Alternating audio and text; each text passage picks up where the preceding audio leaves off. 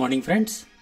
ఈరోజు మనం the classification of Chordata గురించి ఒకసారి మాట్లాడుకుందాం. కార్డేటా అంటే the animals which have the chorda, అంటే కార్డా కలిగినటువంటి, అంటే వెన్నుపాము కలిగినటువంటి జీవులన్నింటినీ కలిపి కార్డేటా అనే విభాగంలో చేర్చడం జరిగింది. ఇప్పుడు ఈ కార్డేటాని మనం విపులంగా చూసినట్లయితే కార్డేటాలో సాధారణంగా మనం ప్రధానంగా క్వశ్చన్స్ ఏ విధంగా వస్తాయంటే రెండు రకాలుగా వస్తాయి. ఒకటి cold blooded animals and warm blooded animals అని రెండు రకాలుగా ఉంటాయి. Cold blooded animals and warm blooded animals అని రెండు రకాలు ఉంటాయి అన్నమాట. ఫస్ట్ కోల్డ్ బ్లడెడ్ యానిమల్స్ గురించి చూద్దాం. Cold blooded animals are also known as ectothermic or poikilothermic animals.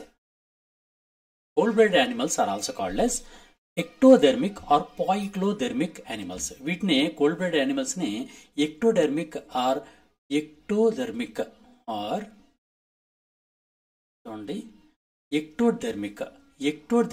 Are poikilothermic అంటారు అనమాట. తెలుగులో అయితే వీటిని శీతలోష్ణ జంతువులు అని పిలుస్తారు. శీతలోష్ణ జంతువులు ఏంటి, అసలు కోల్డ్ బ్లడెడ్ యానిమల్స్ అంటే ఏంటి, దానికి ఎగ్జాంపుల్స్ ఏంటి అనేది ఒకసారి చూద్దాం. క్వశ్చన్ అడుగుతారంటే క్రింది వాటిలో ఏది కోల్డ్ బ్లడెడ్ యానిమల్, శీతల ఉష్ణ రక్త జంతువు అని అడుగుతాడనమాట. దానికి సంబంధించినటువంటి ఆన్సర్ తెలుసుకునే ముందుగా అసలు what is cold blooded animal and what is ectothermic or poikilothermic animals అనే విషయాన్ని మనం తెలుసుకుందాం. సాధారణంగా మన బాడీలో ఉన్నటువంటి టెంపరేచర్ రెగ్యులేట్ అవుతూ ఉంటుంది. If their bodies, in some animals, their bodies cannot regulate temperatures internally, so their temperature is not constant and varies according to their environment.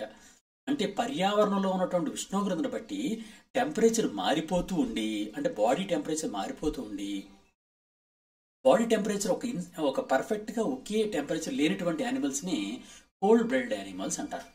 For example all the reptiles అంటే మనందరికీ తెలుసు కదండి, రెప్టీలియా విభాగానికి చెందినటువంటి reptiles ఉన్నాయి, అంటే సరీసృపాలు అంటారు. ఫర్ ఎగ్జాంపుల్ వాటిలో స్నేక్స్ ఉంటాయి, అంటే పాములు. అలాగే లిజర్డ్స్ అంటే తొండ, బల్లి, ఇలాంటి వాటిని లిజర్డ్స్ అంటారు. అలాగే టర్టిల్స్ అంటే తాబేళ్లు, టార్టాయిస్ అంటే భూమి మీద ఉన్నటువంటి తాబేళ్లు, ఎలిగేటర్స్ అంటే మొసళ్ళు, అలాగే క్రొకడైల్స్ అనేవి, ఎలిగేటర్స్ అనేవి ఒక డిఫరెంట్ టైప్స్ ఆఫ్ మొసళ్ళు అనమాట. రెండు కూడా ఇంచుమించుగా ఒకలాంటివే కానీ కొద్దిగా మారతాయి. అలాగే సమ్ ఇన్సెక్ట్స్, కొన్ని కీటకాలు, ఇవన్నీ కూడా such as busy dragon flies కానీ, బీస్ కానీ, యాంఫిబియన్స్ సచ్ యాజ్ ఫ్రాగ్స్ కానీ, టోడ్స్ కానీ అండ్ సాలమాండర్స్, ఇవన్నీ. అంతేకాకుండా ఫిష్ ఇంక్లూడింగ్ షార్క్స్ కానీ, అంటే ఫిషెస్ కానీ, ఇవన్నీ కూడా కోల్డ్ బ్లడెడ్ యానిమల్స్గా ఉంటాయి అనమాట.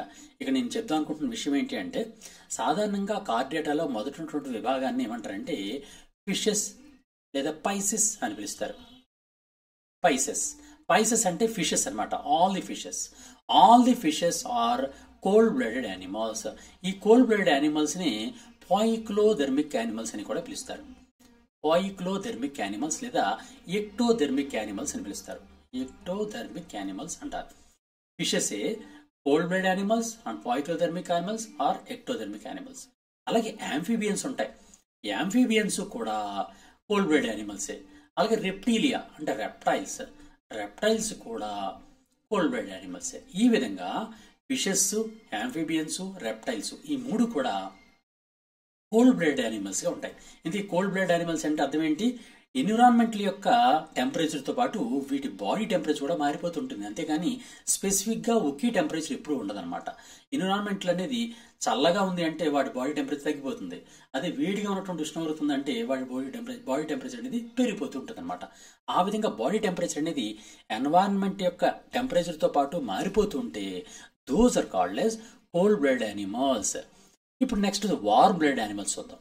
వార్మ్ బ్లడెడ్ యానిమల్స్ ని ఏమని పిలుస్తారంటే ఎండోథెర్మిక్ అని పిలుస్తారు. ఎండోథెర్మ్స్. ఇదేంటి అంటే వార్మ్ బ్లడెడ్ యానిమల్స్ అనేవి ఒక నిర్దిష్టమైన టెంపరేచర్ ఉంటుంది. అంటే బాడీ టెంపరేచర్ అనేది ఎన్విరాన్మెంటల్ టెంపరేచర్ ఎంత ఉన్నప్పటికీ కూడా, అంటే ఎన్విరాన్మెంటల్ టెంపరేచర్ అనేది తగ్గిపోయినా పెరిగిపోయినా సరే వాటి యొక్క బాడీ టెంపరేచర్ మాత్రం సర్టెన్ ఒకే విధంగా ఉంటుంది అనమాట. దీనిలో ఎలా చెప్పుకోవచ్చు అంటే వీటిని ఎండోథెర్మ్స్ అంటారు. As the name suggest is used to refer to warm blooded animals.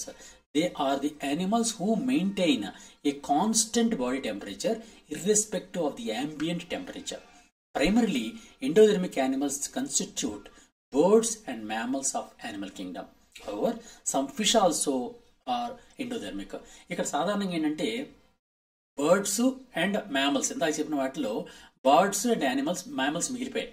సాధారణంగా ఏంటంటే కార్డేటా ఉంది కదండి, కార్డేటాని 5 విభాగాలుగా చేస్తారండి. ఐదు రకాలుగా చేస్తారు. వాటిలో మొట్టమొదటి ఏంటంటే పైసెస్ ఆర్ ఫిషెస్, రెండోది యాంఫీబియా, మూడోది రెప్టీలియా, నాలుగోది Aves or birds, fifth one Mammalia or mammals. Okay, ఇలా ఉన్నాయి కదండి. వీటిలో పైసెస్, యాంఫీబియా, రెప్టీలియా ఈ 3 మాత్రం cold blooded animals are poikilotherms. అదే అభివృద్ధి చెందినటువంటి ఏవ్స్ అండ్ మ్యామల్స్ ఉన్నాయి కదండి, ఈ ఏవ్స్ మ్యామల్స్ మాత్రం warm blooded animals are endotherms. Okay, ఇది మీరు గుర్తుంచుకోండి. కాకపోతే కొన్ని ఎక్సెప్షన్స్లో పైసెస్లో కొన్ని ఫిషెస్ ఈ మధ్యకాలంలో డెవలప్మెంట్ ప్రకారం ఏంటంటే కొన్ని ఫిషెస్లో వార్మ్ బ్లడ్ నేచర్ ఉంది అని కొన్ని విషయాలు కనిపెట్టారు. కానీ బ్రాడ్గా చూసినట్లయితే ఈ పైసెస్ అంటే fishes, Amphibia, Reptilia 3 cold blood animals, Aves and mammals అనేవి వార్మ్ బ్లడ్ యానిమల్స్ అనమాట.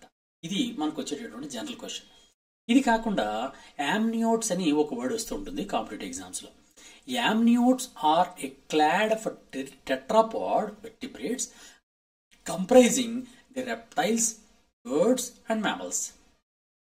యామ్నియోట్స్ అనేవి ఏంటి అంటే ఇవి టెట్రాపాడ్ వెర్టిబ్రేట్స్. ఇక్కడ టెట్రాపాడ్ వెర్టిబ్రేట్స్ అని అన్నాం. టెట్రాపాడ్ అంటే 4 కాళ్ళ జంతువులు అనమాట. 4 కాళ్ళు కలిగినటువంటి వెర్టిబ్రేట్స్. ఫర్ ఎగ్జాంపుల్ ఫిషెస్ ఉన్నాయనుకోండి, అవి టెట్రాపాడ్స్ కాదు, ఎందుకంటే వాటి 4 కాళ్ళు లేవు కాబట్టి. కానీ యాంఫీబియన్స్, రెప్టైల్స్, బర్డ్స్, మ్యామల్స్ ఇవన్నీ టెట్రాపాడ్స్గా ఉంటాయి. ఈ టెట్రాపాడ్స్లో కూడా రెప్టైల్స్, రెప్టీలియా విభాగానికి చెందినవి, బర్డ్స్, మ్యామల్స్ ఇవన్నీ కూడా యామ్నియాన్ అనేటటువంటి ఒక ఫ్లూయిడ్ కలిగి ఉంటుంది ఎగ్ లోపల. అంటే వాటి యొక్క గుడ్ లోపల యామ్నియాన్ ఫ్లూయిడ్ని కలిగి ఉంటుంది అనమాట. ఆ యామ్నియాన్ ఉన్నటువంటి వాటిని యామ్నియోట్స్ అని పిలుస్తారనమాట. Amniotes are characterized by having an egg equipped with an amnion. Amnion అనేటటువంటి ఒక లిక్విడ్ ఉంటుంది అనమాట వాటిలో. An adaptation to lay eggs on land or retain the fertilized egg within the mother. అంటే ఎగ్స్ లే చేస్తూ ఎగ్స్ని పెడుతూ దానిలో ఎక్కువగా యామ్నియాన్ కలిగి ఉండడం కానీ, లేకపోతే ఎగ్స్ లే చేయకుండా కడుపు లోపలే ఫెర్టిలైజేషన్ జరిగేటటువంటి ఎగ్స్లో కానీ ఈ యామ్నియాన్ ఉంటే, యామ్నియాన్ అనే పొరగానే ఉన్నది అంటే వాటిని యామ్నియోట్స్ అని పిలుస్తారు. Example reptiles, birds and mammals.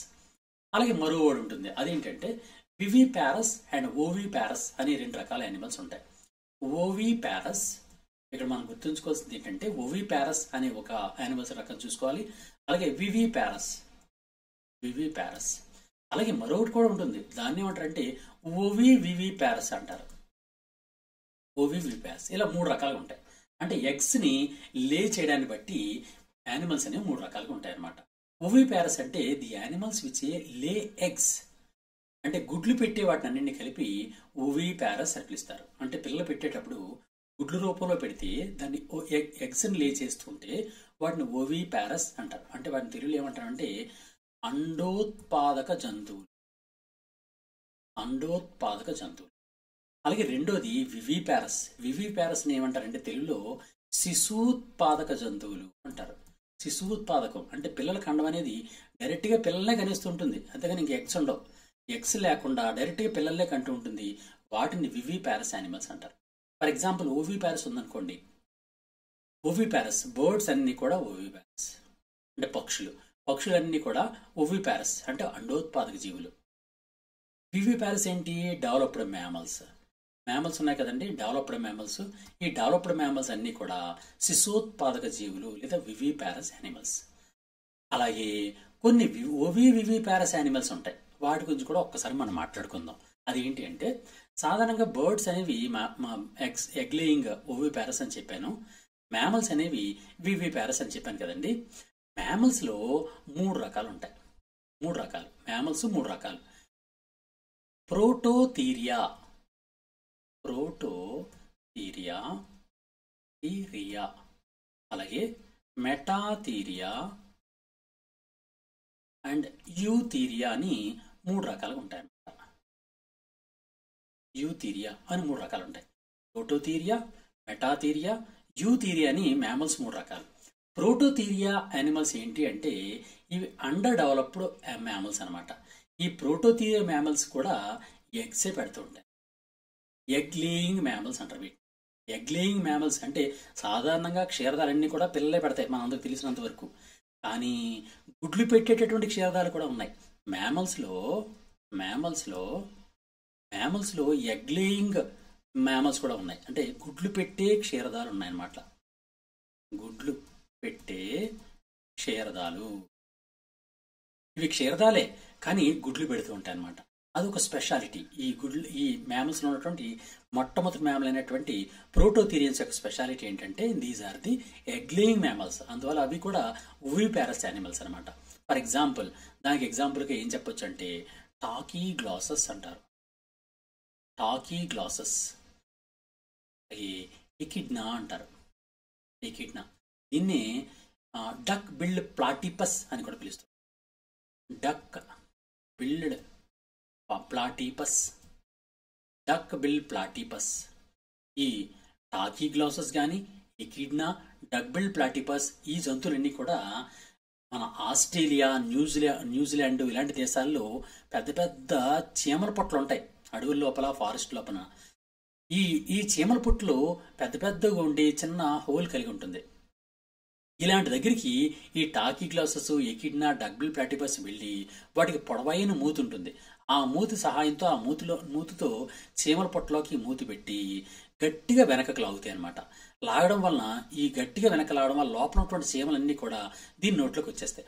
నోట్లోకి వస్తే ఆ నోట్లోకి వచ్చినటువంటి ఆ చీమల్ని అవి ఆహారంగా తీసుకుంటూ ఉంటాయి అనమాట. ఈ విధంగా ఆహారంగా తీసుకుంటూ ఉంటాయి. అందువల్ల వాటిని ఏమంటారంటే యాంట్ ఈటర్స్ అని పిలుస్తారనమాట. యాంట్ ఈటర్స్ అంటే చీమలు తినేటటువంటి జంతువులు అనమాట. ఆ యాంట్ ఈటర్స్ అయినటువంటి tachyglossus, echidna and duck billed platypus ఇవన్నీ కూడా ఎగ్ లేయింగ్ మ్యామల్స్ అనమాట. గుడ్లు పెట్టే క్షీరదాలు. ఇది మొదటి రకమైనటువంటి ఓవిపారస్ మ్యామల్స్ అనమాట. సాధారణంగా మనం మ్యామల్స్ అంటే ఏం చెప్పుకుంటాం, అవి కేవలం వివిపారస్ అని చెప్తాం. జనరల్గా వివిపారస్ అంటే శిశుోత్పాదకాలు అంటాం.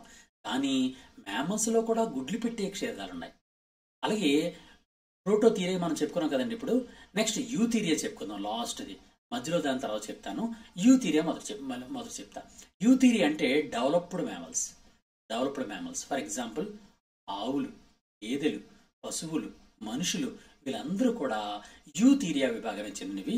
వీళ్ళందరూ కూడా వివిపారస్ యానిమల్స్ అనమాట. అంటే శిశుోత్పాదకాలు. డైరెక్ట్గా ఇంకా గుడ్లు పెట్టవు, డైరెక్ట్గా పిల్లల్ని పెట్టేస్తుంటాయి. కానీ మధ్యలో ఒక విభాగం ఉంది, దాని పేరే మెటాథీరియా. ఈ మెటాథీరియా డైరెక్ట్గా ఎగ్స్ కాకుండా, డైరెక్ట్గా అభివృద్ధి చెందినటువంటి పిల్లని కాకుండా సగం అభివృద్ధి చెందినటువంటి పిల్లలు మాత్రమే పిల్లలకు అంటుందండి. ఇది దీని స్పెషాలిటీ. మెటాథీరియాకు ఉన్నటువంటి స్పెషాలిటీ ఏంటి అంటే మెటాథీరియాకు ఉన్నటువంటి స్పెషాలిటీ ఏంటంటే అండర్ డెవలప్డ్ బేబీ అనమాట. అండర్ డెవలప్డ్ ఎంబ్రియోని పెట్టేస్తుంది. పిల్లగా డెవలప్ అవ్వదు. ఇంకా పిల్ల డెవలప్ అవ్వకముందని ఎంబ్రియోగా ఉన్నప్పుడే అండర్ డెవలప్డ్ ఎంబ్రియోని అది పిల్లగా కనిస్తుంది అనమాట. కానీ దానికి కడుపు కిందన ఒక సంచిలాంటి భాగం ఉంటుంది.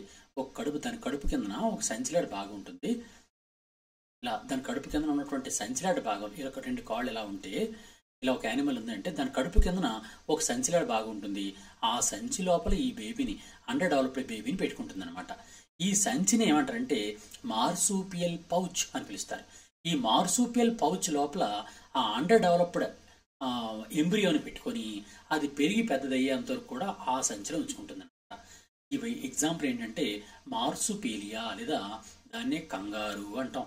మనకు తెలుసు కదండి కంగారు అనేది దాని కడుపు లోపల పిల్లల్ని పెట్టుకుని ఉంటుంది. ఎందుకు పెట్టుకుంటుందంటే అది పిల్లలకి అంటున్నప్పుడు అండర్ డెవలప్డ్ ఎంబ్రియోని కంటుంది అనమాట.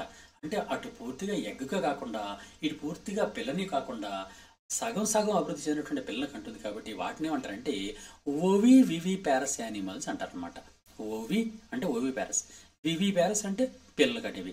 ఇది సగం సగం కాబట్టి దీన్ని ఓవి వివి పారస్ అంటారు. ఎగ్జాంపుల్ మార్సుపీలియా లేదా కంగారు యానిమల్స్ అనమాట. కంగారు యానిమల్స్ అనేవి దీనికి స్పెషాలిటీ అనమాట. ఈ విధంగా ఓవి పారస్ యానిమల్స్ అంటే అర్థం ఏంటి అంటే గుడ్లు పెట్టేటువంటి క్షీరదాలని ఓవి పారస్ యానిమల్ అంటారు.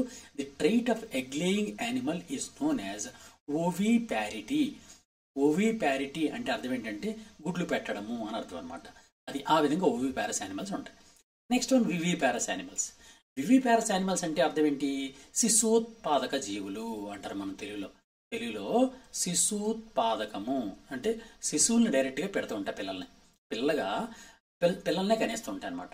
Animals that give birth to offspring are called as viviparous animal, and in viviparous animals both fertilization as well as the development of the embryo takes place inside the female reproductive system.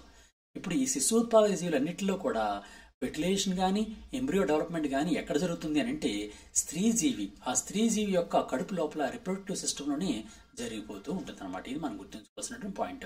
అలాగే once the foetus development is complete, the mother delivers the baby. Foetus అనేది ఎప్పుడైతే develop అయిపోయిందో, మన embryo ఉంది కదండి, embryo అభివృద్ధి చెందిన తర్వాత ఫేటస్ అంటారనమాట దాన్ని. ఆ ఫేటస్నే మనం పిల్ల అని పిలుస్తాం. ఆ పిల్ల డెవలప్మెంట్ ఎప్పుడైతే పెరిగిపోయిందో, డెవలప్మెంట్ అయిపోగానే ఆ మదర్ అనేది ఆ బేబీని డెలివరీ చేస్తూ ఉంటుందన్నమాట. This condition is referred to as matrotrophy, where the embryo obtains the nutrients directly from the mother and not the yolk. ఇక్కడ యోక్ అంటే సొన పదార్థం అనేది ఉండదు. ఫర్ ఎగ్జాంపుల్ కోడిగుడ్డు ఉందనుకోండి, కోడిగుడ్డు ఎలా ఉంటుంది? ఈ విధంగా ఒక ఎగ్ ఉంటుంది. ఇలా ఒక ఎగ్ ఉంది. ఈ ఎగ్ అనే దానిలో ఈ మధ్యలో ఇలా ఎయిర్ బబుల్ అవుట్ ఉంటుంది.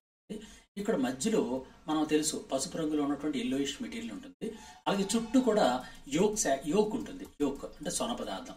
ఈ సొన పదార్థం అనేది డెవలప్ అవుతున్నటువంటి ఈ ఎంబ్రియోకి ఆహారంగా ఉపయోగపడుతూ ఉంటుంది.